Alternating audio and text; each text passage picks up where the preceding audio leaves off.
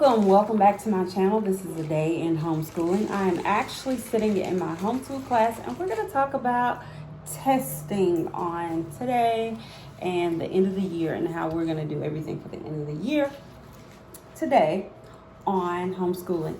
Also, I want you guys to know that we are going to transition to something different after I probably have 2 more videos for you just simply on homeschooling, and then we're going to start a new series, and I know that you guys are going to enjoy that series. So I'm going to hurry up, and I hope that I've helped you guys a lot in this homeschooling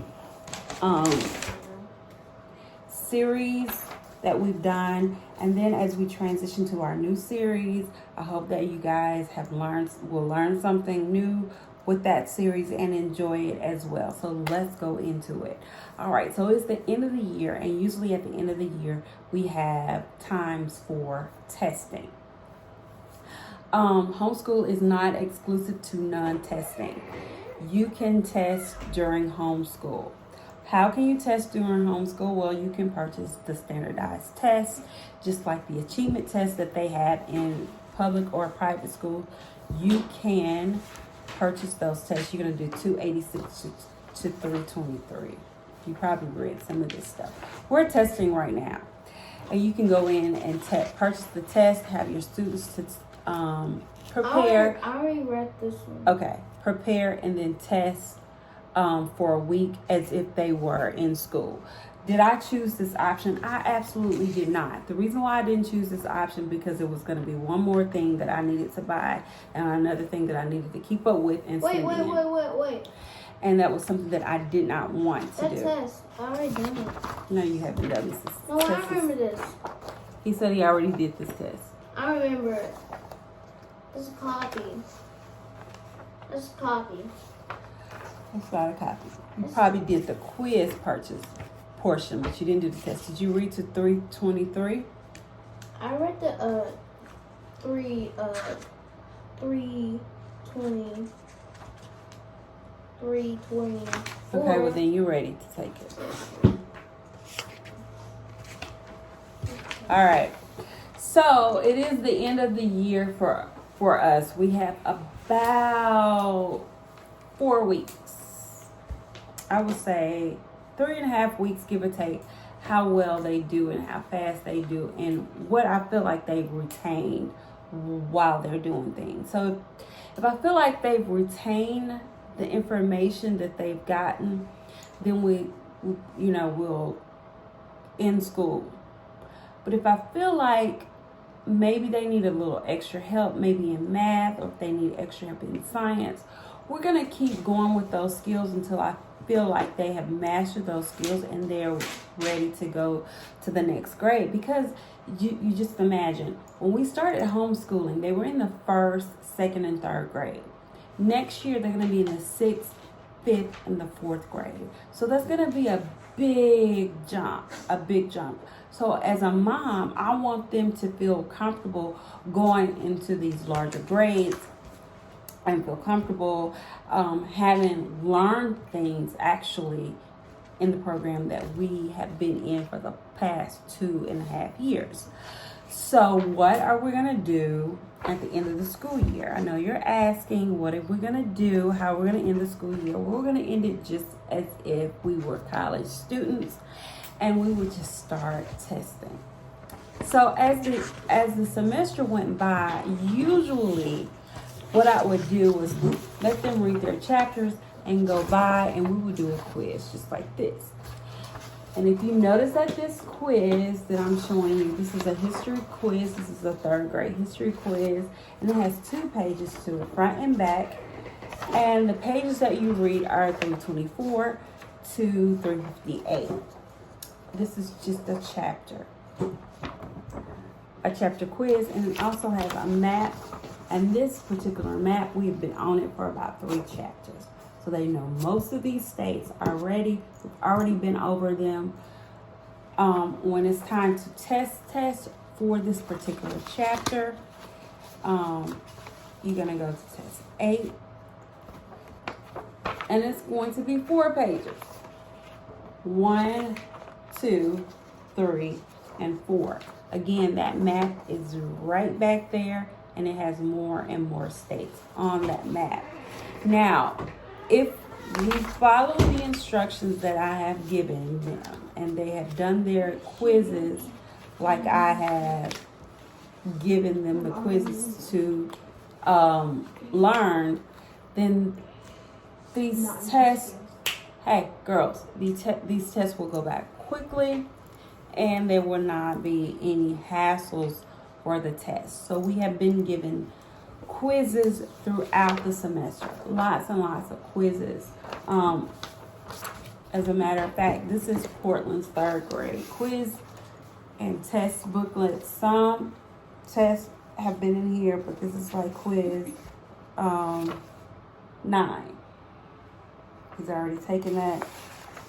Quiz 8 has already been taken. He's getting ready to do test 7, which comprises of quiz 8, 9, all of those quizzes before them. So it is time to test for the semester, and as he tests, we got about 3 or 4 more tests to go, and then we're done. This is it. So this is what we're gonna do for the end of the semester, and I'm gonna mark it as if we're doing a standardized test. So if we can do several tests in a 3-day period, for an example, we started this Monday. We started going over our work Monday, everything that we needed to remember. We started to go over that, and then yesterday we started the process of testing. So when they came in to class, each of them had 3 tests to complete. You do 3 tests a day from Tuesday through Friday, and then we started over again on Monday. We review, we do worksheets, and we're doing worksheets as we go along because some of this stuff needs to be refreshed. So we are doing worksheets as we go along, but mostly we're just testing to get those tests out of the way. And what this does is it stretches that brain to remember what they have learned during the semester. It is a stretch to get that brain to move and to say, oh yeah, I remember this. I remember where I read this at. And some of my kids have photographic memory. Some of my kids just remember very well. So they're able to piece together that knowledge that they have learned throughout the semester.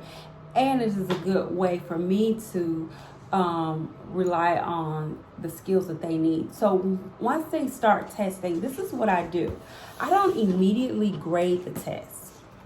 I point out on the test pretty much the quizzes, not the test. Test is final. Whatever they get on the test is what they get on the test. But on the quizzes, I pick out the things that they probably have missed. So for an example, Portland just took a quiz on the our American heritage. One of the questions asks, who started Sunday school for children in Chicago? He said it was, I think he said Abraham. It was A. The answer was A. Claire Barton. You had that at first. Why did you erase it? Anyway, told him to go back and read it. He knew the answer. You knew the answer when I said it, right? So Dwight L. Moody worked at his uncle's what? Shoe store. His uncle. So it was 2 questions that he didn't have right. I went on and counted off for that one because when he corrected it, I don't know, he had the right answer. I don't know why he did that. But we'll go back over that to stretch that brain to say, and I'll do it just like that. I'll read the question and say, so what did happen? If they're able to answer that question, I will give them partial credit for it. If they're not able to answer the question, I ask them to go back and read it. So because I know that this is going to repeat on the test. And it's going to help. It's going to be an aid for the test, a way of studying. And it's going to teach your children how to study when they get into those bigger grades. Okay? So we're going to study. Now, math is a little bit different. I'm going to show you math for an example. Portland made, this is a test. This is not a quiz. Quizzes, I do help them a little bit on the quizzes. Some of the quizzes I do offer an open book option. You can answer. I'll answer questions when I'm done with this video. I do offer an open book option, or we can do it together, because some quizzes in school you're gonna do it with your teacher. But on this particular quiz, Portland only, he would have gotten the right answer had he had written a little bit neater on there. I can see where the answer was right if he had just seen the mistake he made. Once they see that I counted off for just the fact that they didn't write it neatly, or I was grading one of Cuppy's tests today. She had that right answer, but she didn't finish it, the problem. She didn't show her work all the way through. So he missed 2 just based off of not being neat. I know that that's going to be something when he does go back to school that they're going to pay attention to, how neat he writes. Because he did not do that, I counted 2 points each off and gave him his grade. Will he learn from it the next time? Absolutely, because before, when he first started writing in this class, he was in the 1st grade, and when he first started, one thing that he was a very sloppy writer, and his teacher would tell me that he was lazy in penmanship. He had a lazy hand. And she would tell me that she would want to put his hand behind his back just so that he can strengthen that one hand. She would tell me to do skills like that when he was in school. So now I'm a stickler on showing your work, putting your things in order, and if it's not in order, I'm counting out for it. That's one way of learning how to do that.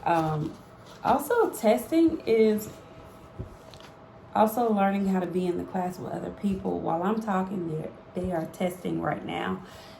In their head, they're learning how to separate my voice from their voice so that they can actually hear what's going on, because school is not one of those places where it's just extra quiet, extra silent. You can go in a room by yourself. You got to learn different environments and so on and so forth.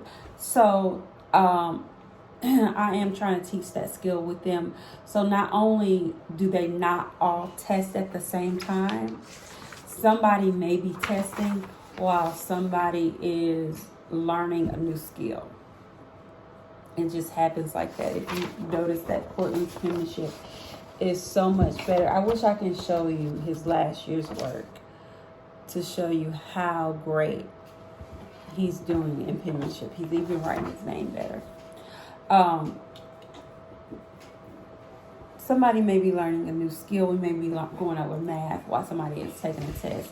I have also engraved timers in the class. The reason why I'm doing timers now is because I've noticed that I was taking a lot of time on certain subjects, and half of the day was probably spent learning. And honestly, as a mom going back to this homeschool situation, there were a lot of things that I took for granted, like fractions, that I was going to have to go back and revisit those things. So as parents, you are refreshing your skills, you know.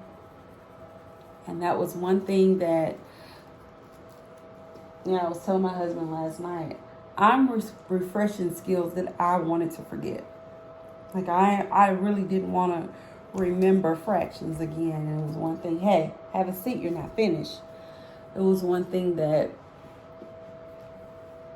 I'm refreshing that I really didn't want to refresh. I hope he's still you messing up my camera. So yeah, we were staying on certain subjects too long. We were spending half of our day doing things that we shouldn't have been doing, as far as like sit down, be still, get your work out, put your work up, put that up, no drinks. And because we're at home, so they're gonna be drinks, they're gonna sneak drinks in the classroom, they're gonna bring their breakfast in the classroom, phones, things like that. They're gonna bring them in the classroom. And that was one thing. Hey, you have another page. That was one thing that keeping them on task, because they were at home. There is a bed in here in their classroom. Their bedrooms are closed. Their bathrooms are closed. They may want lotion on at a crazy time of the day. They may want to put they may want to eat just at a random time of the day. So we had to put timers so that they can keep up with their time and to keep themselves just knowing that I cannot linger on this subject. Even though I'm at home, I just can't linger on this subject. And this goes for our testing too. There are lots of tests that we could possibly just sit up and just spend the whole day testing, literally. But it's not what happens in the real world. So I've had to develop real world scenarios in my homeschool classroom just to get them used to, when it does come that time and for things to do. Another thing that we have learned this year, 5th grade math is offering the chance to use calculators. I didn't really want to use calculators because I knew that the one that's in the 5th grade, when COVID did happen, they kind of got behind on the multiplication facts. So they were in the middle of learning multiplication when COVID hit. And we just skipped over it totally. And we went to something else just to finish, just to get them. I don't even remember, honestly, that end of that semester, I don't even remember doing much math. I remember them doing some math with their teacher, but not really a lot of math like we're doing right now. So when they gave her the option of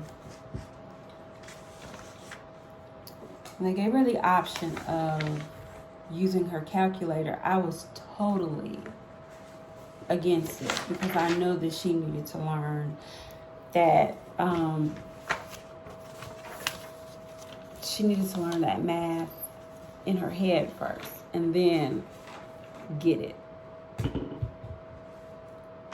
on the calculator, if that makes sense to you. So yeah, we're learning real world scenarios in our homeschool classroom, and since we only have 3.5 weeks, I would say 3.5 weeks left of school, and honestly, I can choose to go with the school that they're with, or I could go with my own direction about when school is going to end and how long we're going to keep going. But realizing if we end school in April and they don't start school until the middle of August, there are going to be a lot of skills that they miss between that time. So I'm going to have to be very strategic. You still have another part on how long I'm going to allow them to stay in class and what are the other skills that they're going to learn while they're in class. Hey, right back. And it's just like that. My senior is coming in right now and he wants to get up and go. So that's one thing that we have to learn. You just can't get up and walk out of class. You got to ask. Okay, I hope that you guys enjoyed this particular portion of testing and the end of school. I'm going to keep going as we close this chapter of the homeschooling class on testing and ending school and how to gather up our tests and everything so that we can roll it over to the next school year. I hope that you enjoyed this lesson, or not this lesson, but I hope that you enjoyed this video. And if you like this video, please do not hesitate to subscribe. There are more videos like this linked to this page. Go back and watch my other videos. I would enjoy it if you become a subscriber. I have other vlogs that I show you my real life on these vlogs, and I hope that you enjoyed this video. Until Thursday, see ya.